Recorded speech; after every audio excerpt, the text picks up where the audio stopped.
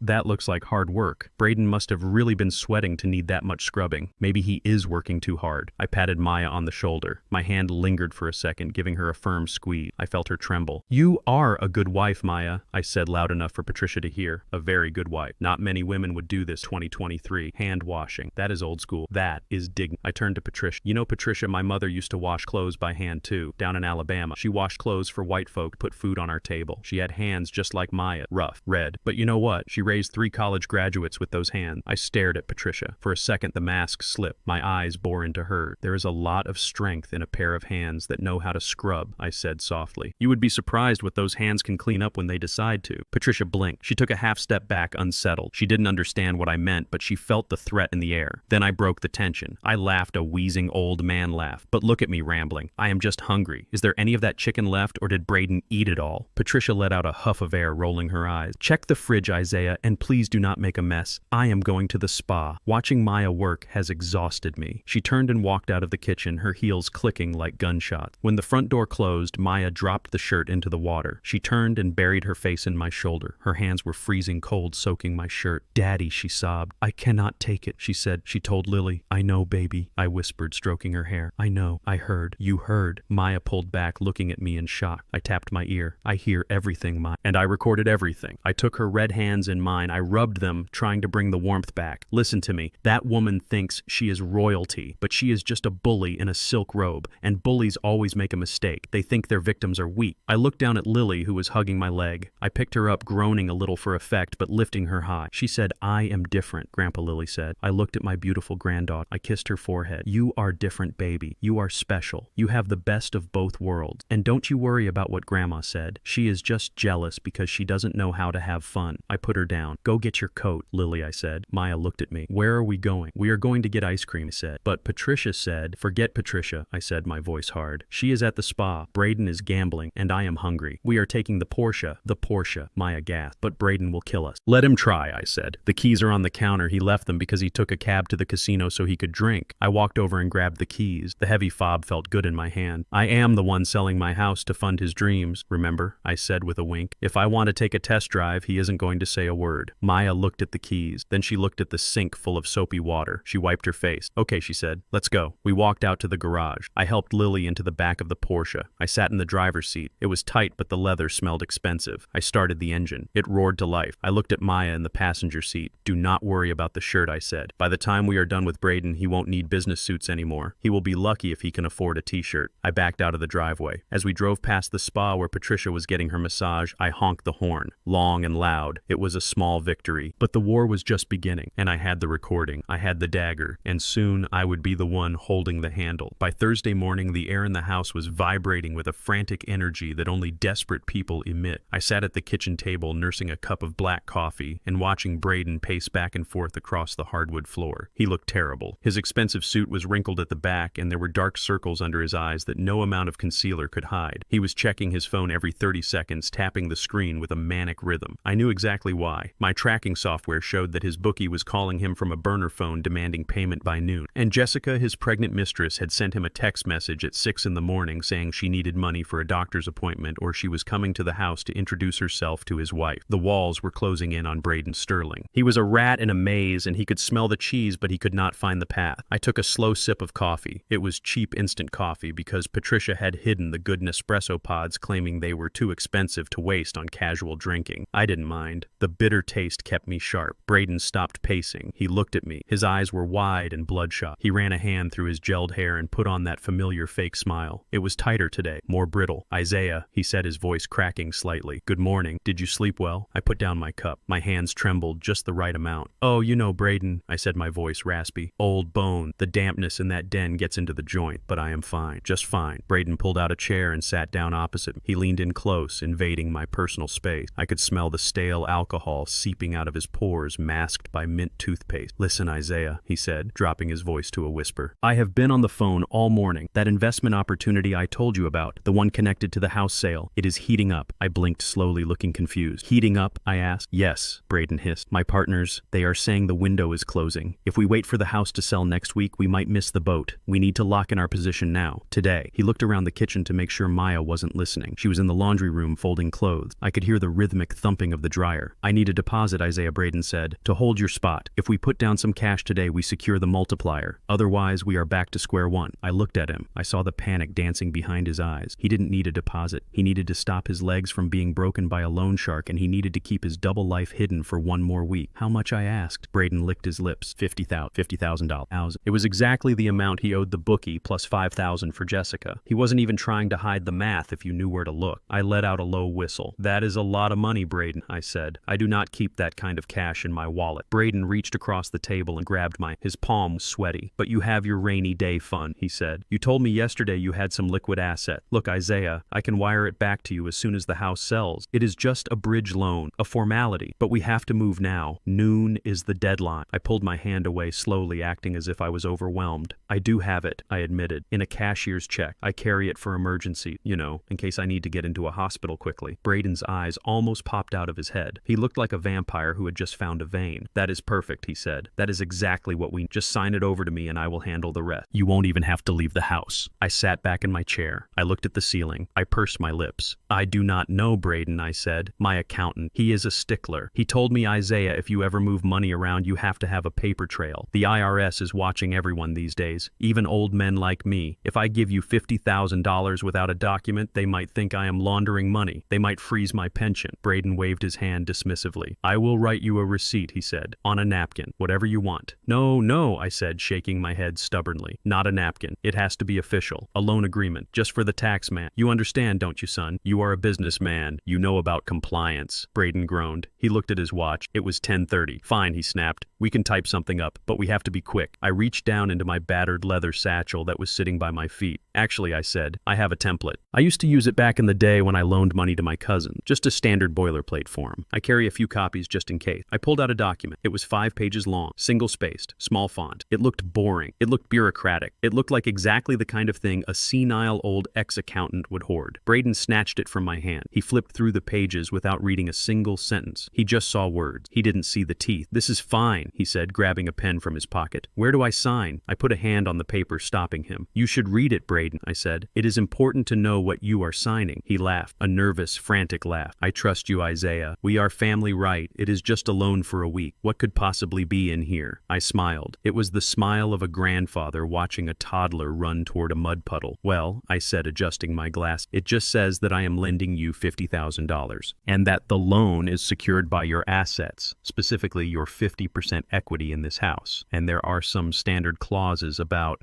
character." "Character?" Braden asked, finally looking at the page for a second. "Yes," I said. "My old accountant insisted on it. It says that if the borrower, that is you, engages in any illegal activity or, and this is the funny part, acts in a way that violates the sanctity of marriage, then the loan is considered in default, and the lender, that is me, can call in the collateral immediately." I chuckled, shaking my head. "Silly, right? Violating the sanctity of marriage. Who writes these things? But it is just boilerplate. Standard stuff from the 80s. You do not have to worry about that. You are a good husband." husband. Braden froze for a split second. His pen hovered over the signature line. Violates the sanctity of marriage. I watched his face. I saw the calculation. He knew he was cheating. He knew he was breaking the clause before the ink was even dry. But then he looked at his watch. 10:45. The bookie would call soon. Jessica was waiting. He looked at me. He saw an old man in a cardigan who could barely walk. He thought, this old fool will never know. He will never find out about Jessica. He will never know about the gambling. I will take the money, pay the debts, and sell his house next to pay him back. He will never read this contract again. Greed and desperation are a potent cocktail. They make smart men stupid and stupid men reckless. It is just paperwork, Braden said, forcing a laugh. Standard stuff. Like you said. He pressed the pen to the paper. He signed his name with a flourish, a big looping signature. There, he said, sliding the document back to me. Done. Now the check. I looked at the signature. It was legally binding. I reached into my bag and pulled out the envelope. I handed it to him. Braden ripped it open. He stared at the cashier's check for $50,000. He kissed it. He actually kissed the paper. You are a lifesaver, Isaiah, he said, jumping up. You just secured your future. I am going to turn this into a fortune. You watch. He grabbed his keys. I have to go deliver this to the partners, he said. I will be back for dinner. Tell Maya not to wait up. He ran out of the kitchen. I heard the front door slam. I heard the Porsche engine roar to life. I sat there in the silence. I picked up the contract. I smoothed the paper. He had not read Clause 4, Section B. In the event of default due to violation of the moral conduct clause, the borrower agrees to forfeit all rights to the collateralized asset, immediately bypassing standard foreclosure proceedings with the outstanding balance accruing interest at a daily rate of 5%. He also hadn't read Clause 7. The lender reserves the right to audit the borrower's personal communications and financial records to verify compliance. He thought he had just signed a receipt. In reality, he had just signed a confession, and he had just signed over his house, because I already had the proof of the adultery. I had the text messages. I had the photo. Technically, the moment he signed that paper, the loan was in default. He owed me $50,000 plus his half of the house plus interest. I folded the contract carefully and put it back in my bag. Patricia walked into the kitchen. She was wearing a mud mask. Was that Braden? She asked. He seemed in a hurry. Yes, I said, sipping my cold coffee. He went to close the deal. Patricia clapped her hands. Wonderful. Finally, things are looking up. You know, Isaiah, you are smarter than you look. Most people your age just sit on their money until they die. At least you are putting it to use. I smiled at her. Oh, I am putting it to use, Patricia, I said. You have no idea how useful this money is going to be. I am going to get a refill, I said, standing up. I walked to the sink. I looked out the window. I saw the empty driveway where the Porsche had been. Run, Braden, I thought. Go pay your bookie. Go buy off your mistress. It doesn't matter. You are running on a treadmill. And I just unplugged the machine. I washed my cup. The water was cold, but I didn't mind. I felt good. I felt younger than I had in years. There is a specific kind of joy in setting a trap for a predator. It is a righteous joy. Braden Sterling had sold my daughter's car to gamble. Now he had sold me his house to cover his track. He just didn't know it yet. I went back to the den. I opened my laptop. I logged into the county clerk's website. I uploaded a digital scan of the contract which I had made with a portable scanner the moment he left the room. I registered the lien against the property. Click. Upload complete. It was done. The house was technically frozen. He couldn't sell it. He couldn't refinance it. He couldn't do anything without my permission. I closed the laptop. Now I just had to wait for the party. The party where he planned to announce his success. It was going to be a very memorable night. I leaned back on the sofa and hummed a little tune. It was a lullaby I used to sing to Maya. Hush, little baby, don't you cry. Daddy's gonna sing you a lullaby. And if that mockingbird don't sing, Daddy's going to break his diamond ring, or in this case, his Porsche, and his house, and his ego. I fell asleep with a smile on my face. The devil's contract was signed, and the devil was about to collect his due. Friday morning arrived with a deceptive calm. The sky was a bruised purple color threatening rain, but inside the Sterling house the mood was jubilant. Braden had his $50,000. He had deposited the check immediately, and the relief on his face was like a neon sign. He was whistling as he adjusted his tie in the hallway mirror. He told Maya he had a full day of site inspections for the new development. He told Patricia he was going to finalize the paperwork for my house sale. I knew he was lying. My tracking software showed he had an appointment at a high-end jewelry store at 10 and a reservation at a French bistro at noon. He was not meeting business partners. He was meeting Jessica. I told them I was going for a walk to the park to feed the pigeon. It was the perfect cover. Old men feed pigeon. Old men wander aimlessly. They did not suspect that I was actually going to meet Marcus, my oldest friend and the best private investigator in the state. I walked 3 blocks to the neighborhood park. It was empty except for a jogger and a woman walking a poodle. I sat on a bench near the duck pond. 10 minutes later, a gray sedan pulled up. Marcus got out. He is a big man, quiet and efficient. We worked together for 20 years. He knows where all the bodies are buried because he usually helped me dig up the grave. He sat down next to me. He did not say hello. He just handed me a thick manila envelope. "It is worse than you thought," Ike Marcus said, his voice gravelly and low. I took the envelope. My hands felt heavy. "How much worse?" I asked. Marcus looked at the duck. "He is not just cheating, Ike. He is building a parallel life, and he is funding it with your money." I opened the envelope. The photos were high resolution, crystal clear. There was Braden. He was not wearing a suit. He was wearing jeans and a t-shirt, looking younger and carefree. He was walking out of a baby boutique holding several bags. Next to him was Jessica. She was glowing. She had a hand resting protectively on a baby bump that was clearly visible under her dress. I flipped to the next photo. They were at a car dealership looking at minivan. The next one made my bile rise. Braden was kissing her forehead. His hand was on her stomach. It was a look of tenderness that I had never seen him give Maya. Marcus handed me a USB drive. "I got audio too," Marcus said. "He took her to dinner last night. They sat on the patio. I was at the next table. I put the drive in my pocket." "What did he say, Marcus?" Marcus took a deep breath. He looked angry. Marcus has known Maya since she was in diapers. He taught her how to fish. He told her that the divorce papers are already drafted.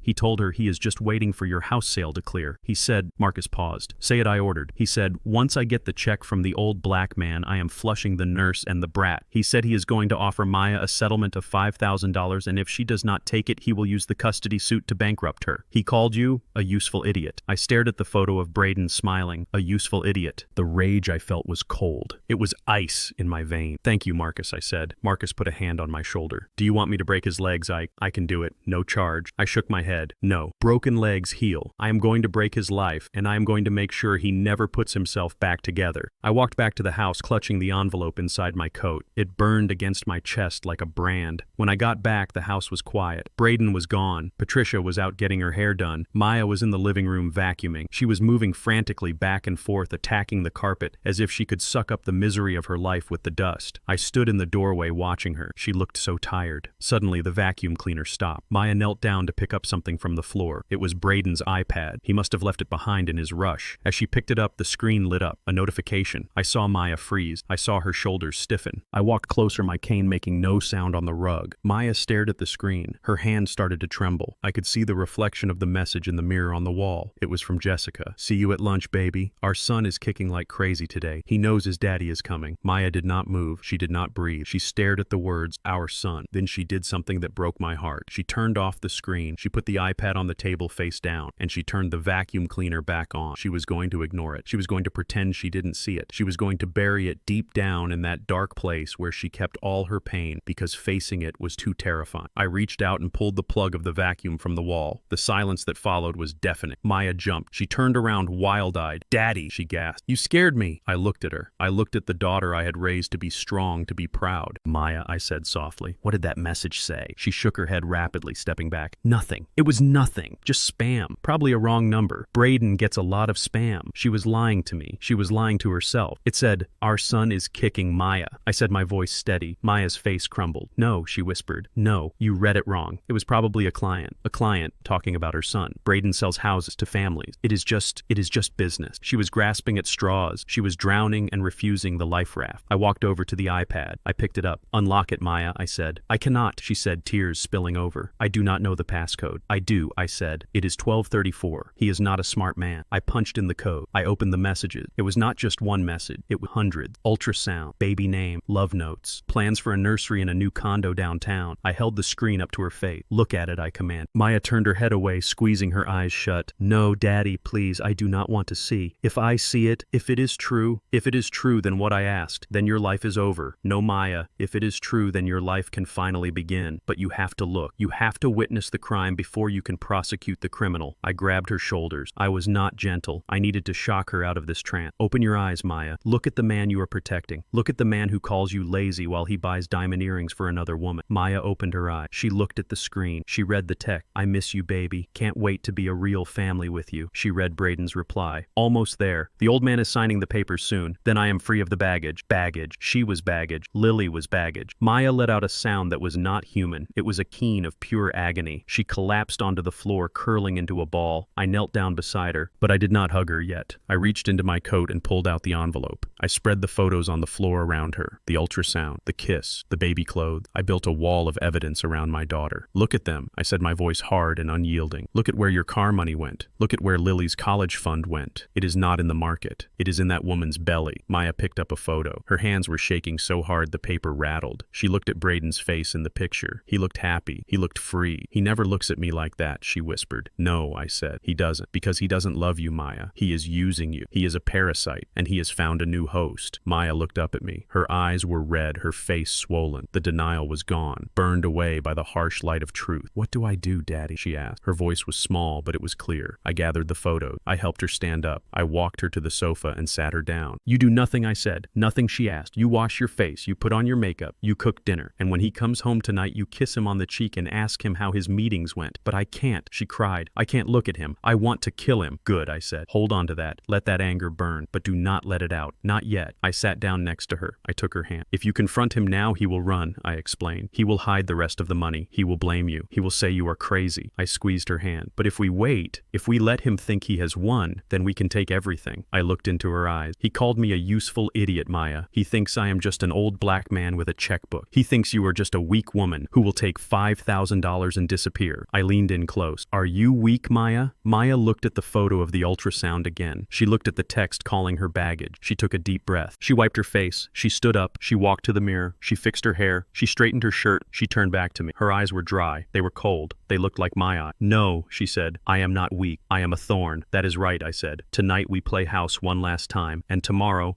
we burn it down. Maya nodded. She picked up the vacuum cleaner. She plugged it back in. Move your feet, Daddy, she said. I missed a spot. I watched her clean. The frantic energy was gone. Now she was moving with precision. She was scrubbing away the last of her love for Braden Sterling. I went back to the den. I called Marcus. We are a go for the party, I said. Bring the projector. Marcus chuckled. It is going to be a hell of a show, Ike. Yes, I said, looking at the photo of Braden kissing his mistress. It is going to be a blockbuster. I put the photos back in the envelope. I hid them inside the lining of my suitcase. The betrayal was revealed. The victim was awake. Now the executioner could get to work. It was 2 a.m. when the screaming started. It was not the angry screaming of an adult, but the high-pitched, terrified wailing of a child in pain. I was awake instantly. I rolled off the lumpy sofa in the den and grabbed my cane. My heart was hammering against my ribs, not from the exertion, but from a cold, primal fear. That was Lily. I moved as fast as my legs would carry me into the hallway. The house was dark, but light spilled from the open door of the master bedroom upstairs. I heard Maya's voice, frantic and high-pitched, pleading. Braden, please, she is burning up. Look at the thermometer. It is 104. We have to go to the emergency room. I paused at the bottom of the stairs, gripping the banister. I needed to hear his response. I needed to add one more item to the ledger before I acted. I heard Braden groan, the sound of a man annoyed that his sleep was interrupted. Maya, calm down, he mumbled. Down, it is just a fever. Kids get fevers. Give her some Tylenol and put a wet rag on her head. Do you know how much an ER visit costs at 2 a.m.? We have a $5,000 deductible. $5,000. My granddaughter was burning with a fever that could cause brain damage, and he was quoting insurance deductibles. She is shaking. Braden, Maya cried. Look at her lips. They are blue. Please give me the keys. I will take her myself. No, Braden snapped, and I heard the rustle of sheets as he turned over. You are not taking the car. You are hysterical. You will crash it, and then our premiums will go up. Just let her sleep it off. Stop being so dramatic. That was it. The line was crossed. I did not walk up the stairs. I marched. I did not use my cane for support. I carried it like a weapon. I burst into the room. Maya was sitting on the edge of the bed, holding Lily wrapped in a thick blanket. My granddaughter looked tiny and frail. Her face was flushed a deep, unhealthy red, but her lips were indeed pale blue. She was shivering so hard her teeth were chattering. Braden sat up, blinking in the sudden light from the hallway. What the hell, Isaiah, he barked. Do you know what time it is? Get out of my bedroom. I ignored him. I walked straight to Maya. I put my hand on Lily's forehead. It was like touching a radiator. This was not a normal fever. This was dangerous. Pack a bag, Maya, I said, my voice low and steady. She looked at me with tear-filled eyes. Daddy, he won't give me the keys. I turned to Braden. He was glaring at me, trying to look intimidating in his silk pajamas. You are not taking my car, Isaiah, he warned. I looked at him with a disgust so profound it almost choked me. I do not want your car, Braden, I spat. I would not put my granddaughter in a car bought with stolen money. I pulled out my phone. I did not dial 911. I dialed a number I had saved for emergency, a private concierge medical service. This is Isaiah Thorne, account number 772, I said into the phone. I need a pediatric ambulance at 42 Oak Creek Lane. Immediate transport. High fever, signs of seizure. I hung up. Braden laughed. A cold, cruel sound. A private ambulance. Are you insane, old man? Do you know that costs $2,000 just for the pickup? Who is going to pay for that? Not me. I walked over to the bed and picked up Lily. She was dead weight in my arms, burning hot. I am paying for it, Braden, I said, with the money I have left, because unlike you, I know the value of a human life. We waited downstairs. 10 minutes later, the lights of the ambulance flashed through the window. Not a siren, just the light. Professional. Discreet. Braden came downstairs fully dressed. Patricia was behind him, wrapped in her robe, looking annoyed. We are coming too, Patricia said. We cannot have you making a scene at the hospital. People know us there. We rode in the ambulance. Braden and Patricia followed in the Porsche. At the hospital, the doctors worked fast. They put Lily on an IV. They ran blood tests. The waiting room was cold and smelled of antiseptic and old coffee. We sat in silence. Maya paced the floor. Braden sat scrolling on his phone, probably checking his sports bets. Patricia sat with her legs crossed, reading an old magazine, complaining about the hardness of the chair. An hour later, the doctor came out. He was a tall man with gray hair and a serious face. He looked at us. He looked at Braden's suit. He looked at Patricia's jewelry. Then he looked at Maya's worn-out coat. Are you the parents? He asked. We are, Braden said, standing up and putting on his businessman smile. Is she okay, doctor? Just a bug, right? The doctor did not smile back. She is stable now. We brought the fever down, but we found something concerning in her blood work. Maya stepped forward, clutching her hands. What is it? Is it leukemia? No, the doctor said. It is anemia, severe iron deficiency, and her protein levels are dangerously low. He paused, letting the words hang in the air. To put it simply, your daughter is suffering from malnutrition. She is not getting enough food, specifically not enough quality food. Meat, vegetable, vitamin. Her immune system is so weak because her body is literally starving. The silence in the waiting room was absolute. Malnutrition. In a house with a Porsche in the driveway, in a house with a wine cellar. I looked at Braden. For the first time, I saw a flicker of shame, but it was quickly replaced by defensiveness. That is impossible, he blustered. We eat well. We buy organic. The doctor looked at his chart. Well, she is not eating. She has lost 4 pounds since her last checkup a year ago. A child her age should be gaining weight. Patricia stood up. She snapped her magazine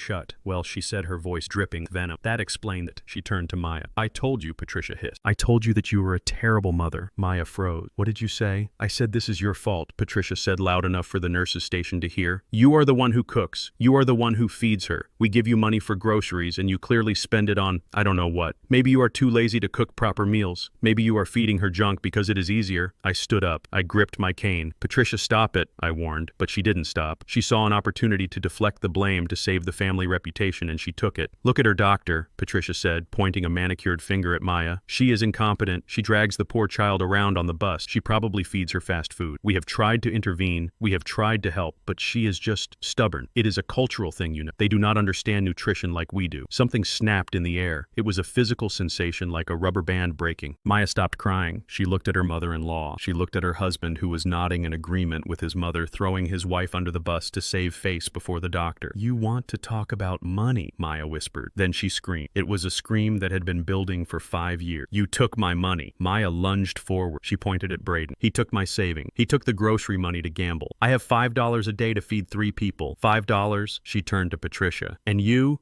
threw away the chicken I bought last week because you said it was the wrong brand. You make me feed her rice and beans so you can buy wine. You starved my daughter so you could get a massage. Maya was shaking. She was screaming the truth, the ugly, raw truth for everyone to hear. Braden stepped back, looking terrified. The doctor was writing furiously on his clipboard. Maya, stop it, Braden hissed. You are making a scene. You are acting crazy. I am not crazy. Maya screamed. I am a mother, and you are monsters. Patricia's face turned purple. She was not used to being challenged. She was not used to the help speaking back. She stepped forward, and without a word, she swung her hand. The slap echoed through the waiting room. It was a sharp cracking sound. Maya's head snapped to the side. She stumbled back, holding her cheek. The room went deadly silent. The nurses stopped typing. The doctor dropped his pen. Patricia stood there, breathing heavy, her hands still raised. Shut your mouth, you ungrateful little... She didn't finish the sentence. Because I was there. I moved faster than an old man should. I caught Maya before she fell. I wrapped one arm around her, shielding her. I looked at Patricia. My eyes were not the eyes of a 71-year-old retiree. They were the eyes of the silent lion. They were the eyes of a man who had stared down cartel bosses and corrupt senators. I did not shout. I did not scream. I spoke in a voice that was barely a whisper, but it carried the weight of a death sentence. That was the last time. I looked at Braden, who was cowering behind his mother. I looked at the doctor, who was reaching for the phone to call security or social services. I tightened my grip on Maya's shoulder. "It is done," I whispered to her. Then I looked straight into the security camera in the corner of the room. I knew it was recording. I knew this footage would be Exhibit A in the custody hearing. I looked back at Patricia. "You should not have done that," I said. "Why?" she sneered, trying to regain her composure. "What are you going to do, old man? Call the police. It is her word against ours." "No," I said calmly. I reached into my pocket and pulled out my phone. I stopped the recording I had started the moment we entered the room. "I am not calling the police," I said. "Not yet." I turned to the doctor. "Doctor, I want a full medical report documenting the malnutrition and the physical assault witnessed by hospital staff." I turned back to Braden. "And you," I said. "You wanted my money. You wanted the sale of the house." I reached into my inner pocket. I pulled out a folded piece of paper. It was not a check. It was a copy of the lien I had filed against his property. "The closing is scheduled for tomorrow night at the party, isn't it?" I asked. Braden nodded, confused and terrified. "Good," I said. I steered Maya toward the door of the emergency room where Lily was sleeping. "We will be there," I said. "And Braden, wear your best suit. You are going to need it." I walked Maya away. Her cheek was red and swelling, but her head was high. "Daddy," she whispered. "What happens now?" I looked at the digital clock on the wall. It was 4 a.m. Now I said, "We go to war." The breaking point had been reached. The dam had burst. They had starved a child. They had struck a mother. They had awoken the lion. And God have mercy on them, because I certainly wouldn't. Saturday night arrived, wrapped in silk and smelling of imported lilies. It was the night of the grand party, the night Braden Sterling had decided to announce his ascension to the throne of high finance. The house had been transformed. The $50,000 I had given him, money that was legally secured by his own home, had been burned through in less than 48 hours. There were caterers in white coats circulating with trays of caviar and foie gras. There was a string quartet in the corner playing Mozart with bored expression. There was even an ice sculpture of a swan in the center of the buffet table, dripping slowly onto the expensive tablecloth. It was a display of wealth so gaudy and so desperate that it smelled of panic to anyone who knew how to look. I stood in front of the mirror in the small guest bathroom. For the past week I had played the role of the shuffling, confused old man. I had worn cardigans with missing buttons and pants that were slightly too short. I had let my beard grow scruffy. I had hunched my shoulders to make myself look smaller, harmless, and pathetic. But tonight was different. Tonight, the auditor was coming to work. I shaved my face until it was smooth. I combed my gray hair back neat and precise. I opened my suitcase and pulled out the garment bag I had kept hidden at the very bottom. Inside was my suit. It was not a suit you buy at a department store. It was a navy blue bespoke wool suit tailored for me in London 10 years ago when I was closing a deal for a multinational bank. It fit me like a second skin. I put on a crisp white shirt. I tied my silk tie a deep crimson red. I put on my cufflinks gold knots that were heavy and understated. I looked in the mirror. Isaiah, the confused retiree, was gone. Staring back at me was Isaiah the lion, the man who could freeze a boardroom with a single glance. I picked up my cane. I did not need it to walk, but tonight it was not a crutch. It was a scepter. I walked out of the den and toward the main staircase. The noise of the party drifted up, laughter, clinking glasses, the low hum of conversation. It was the sound of people who thought they were important. I started to descend the stairs. The living room was packed. There were maybe 50 people, men in tuxedos and expensive suits, women in gowns that sparkled under the chandelier. They were Braden's colleagues, his partners in the real estate world, the people he was so desperate to impress. They were a sea of white faces holding crystal flutes of champagne. When I reached the landing, the music seemed to dip for a second. Heads turned. I saw the confusion in their eyes. They saw a black man in a house in this zip code, and their first instinct was to look for a tray in his hand. They thought I was the help. They thought I was the head waiter or perhaps the hired security. But then they looked closer. They saw the cut of my suit. They saw the way I held my head. They saw the gold watch on my wrist, which cost more than most of their cars. The whispers started. It was a low ripple like wind moving through dry grass. "Who is that? Is that the father-in-law? I thought Braden said he was,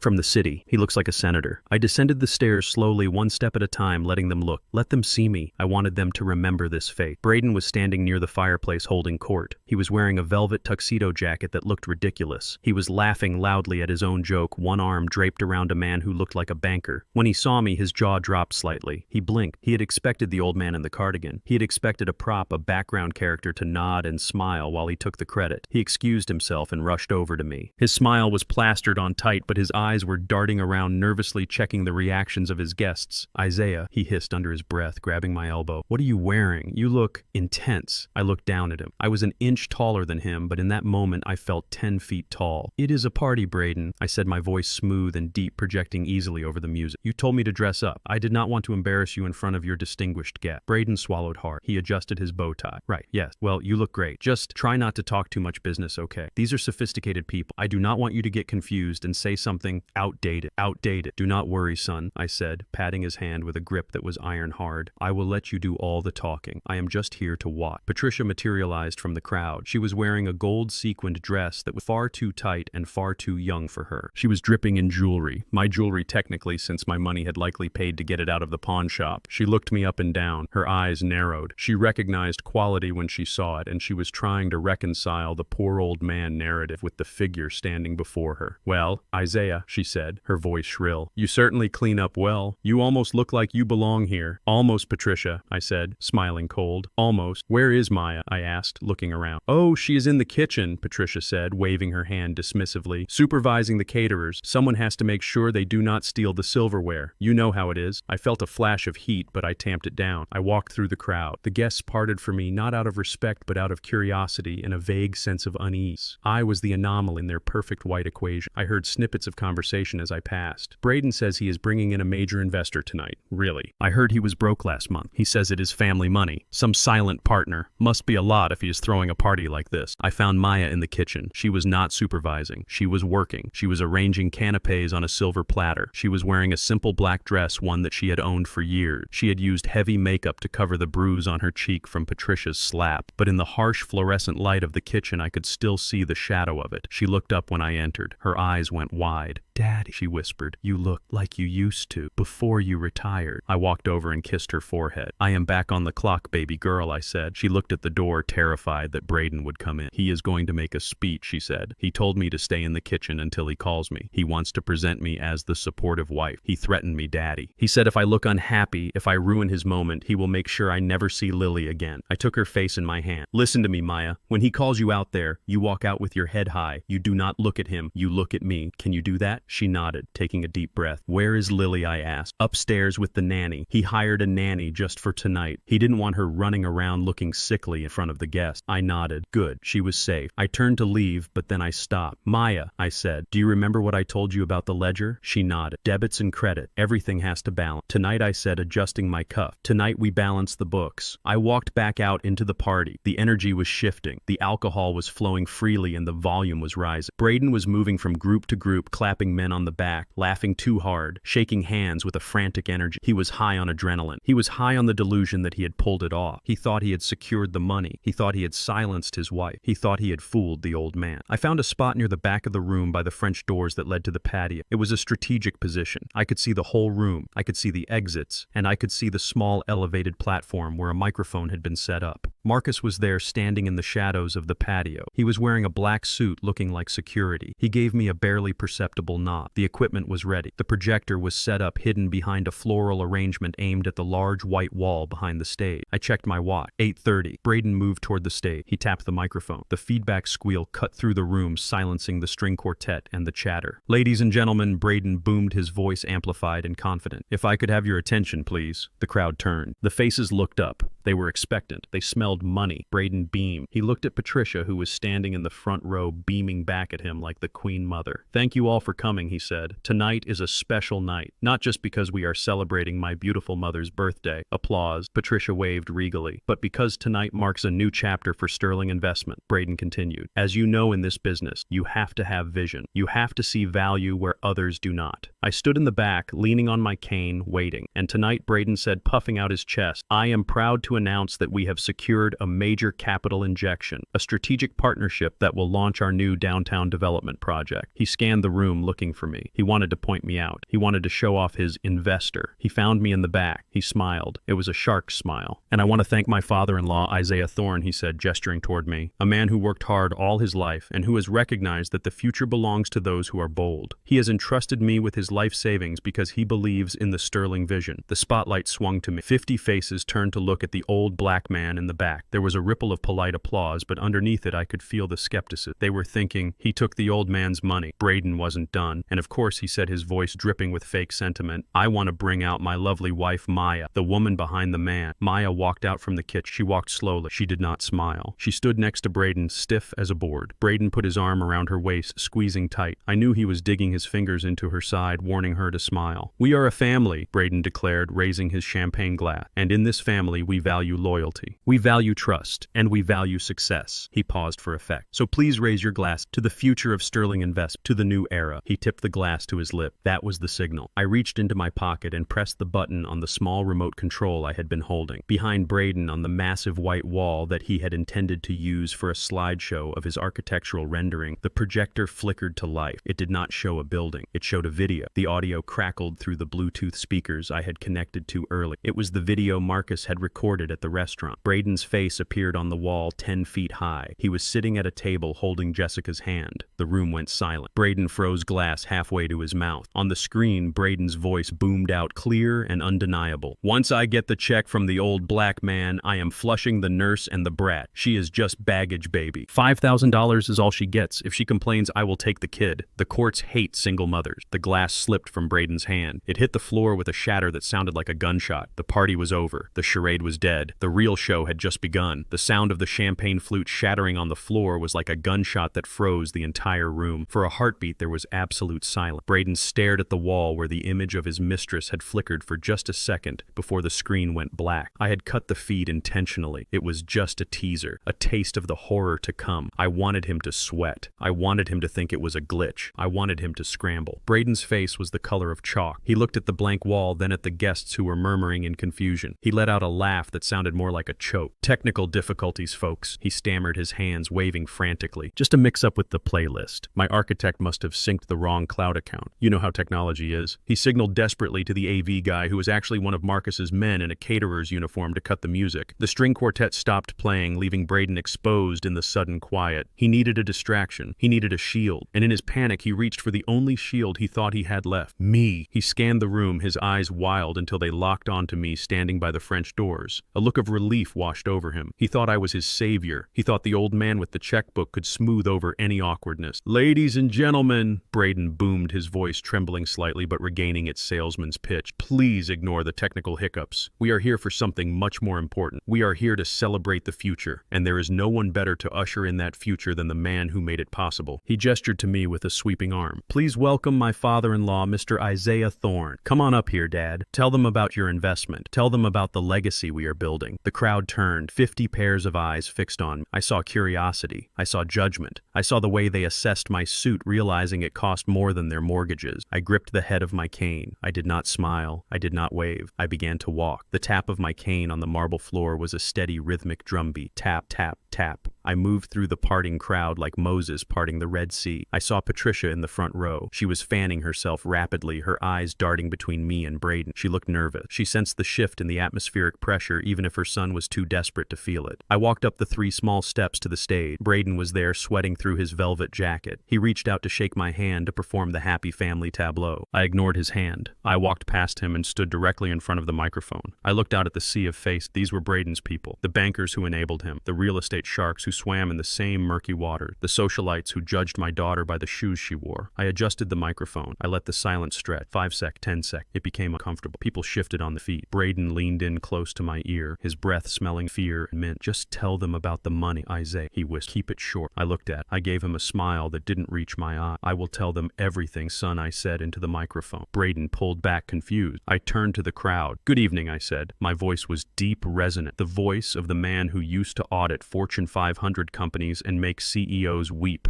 My son-in-law invited me here tonight to talk about an investment, and he is right. I have invested heavily in this family. I have invested my time, I have invested my patience, and yes, I have invested my money. I saw Braden nod, relaxing slightly. He thought I was sticking to the script, but I continued in my line of work. Before you sign the final contract, you have to perform due diligence. You have to look at the books. You have to see the reality behind the marketing. I reached into my pocket and pulled out my smartphone. It was connected via a wireless transmitter to the main projection system, a system I had hacked days ago. Braden Braden told you I brought a check tonight, I said, but I decided that a check was too impersonal, too cold. Instead, I brought a home movie, a documentary, if you will, about the real life of the Sterling family. Braden's smile faltered. Isaiah, what are you doing? I ignored him. I tapped the screen of my phone. Behind me, the massive white wall lit up again. This time, there was no glitch. The image was crystal clear, high definition, and 10 feet tall. The video began. It opened with a shot from the kitchen security camera, the baby monitor footage I had recorded. The date stamp was from 3 days ago. On the screen, Patricia was standing over Maya. Maya was on her knees, scrubbing the floor with a rag, her face wet tears. Patricia was sipping wine, pointing a manicured finger at my daughter. The audio boomed through the high-end speakers Braden had rented to impress his guests. Scrub harder, Maya. Honestly, you are so slow. It must be genetic. Your people are used to manual labor, aren't they? You should be good at this. A collective gasp went through the room. It was a sharp intake of breath that sucked the oxygen out of the space. I saw a woman in the front row cover her mouth with her hand. On screen, Patricia continued. Do not look at me with those eyes. You should be grateful we let you live here. Without Braden, you would be back in the ghetto with your father. I looked down at Patricia in the audience. She was frozen. Her face was a mask of pure horror. She wasn't horrified by her actions. She was horrified that she had been caught. She looked around, realizing that her mask of the benevolent, sophisticated matriarch had just been ripped off in front of the entire social register. I didn't stop the video. I swiped to the next clip. The scene changed. It was the footage Marcus had filmed through the window of the French bistro. Braden appeared on the screen. He looked charming, relaxed, happy. He was holding the hand of a blonde woman, Jessica. The guests whispered furiously, "That's not Maya." "Who is that? Is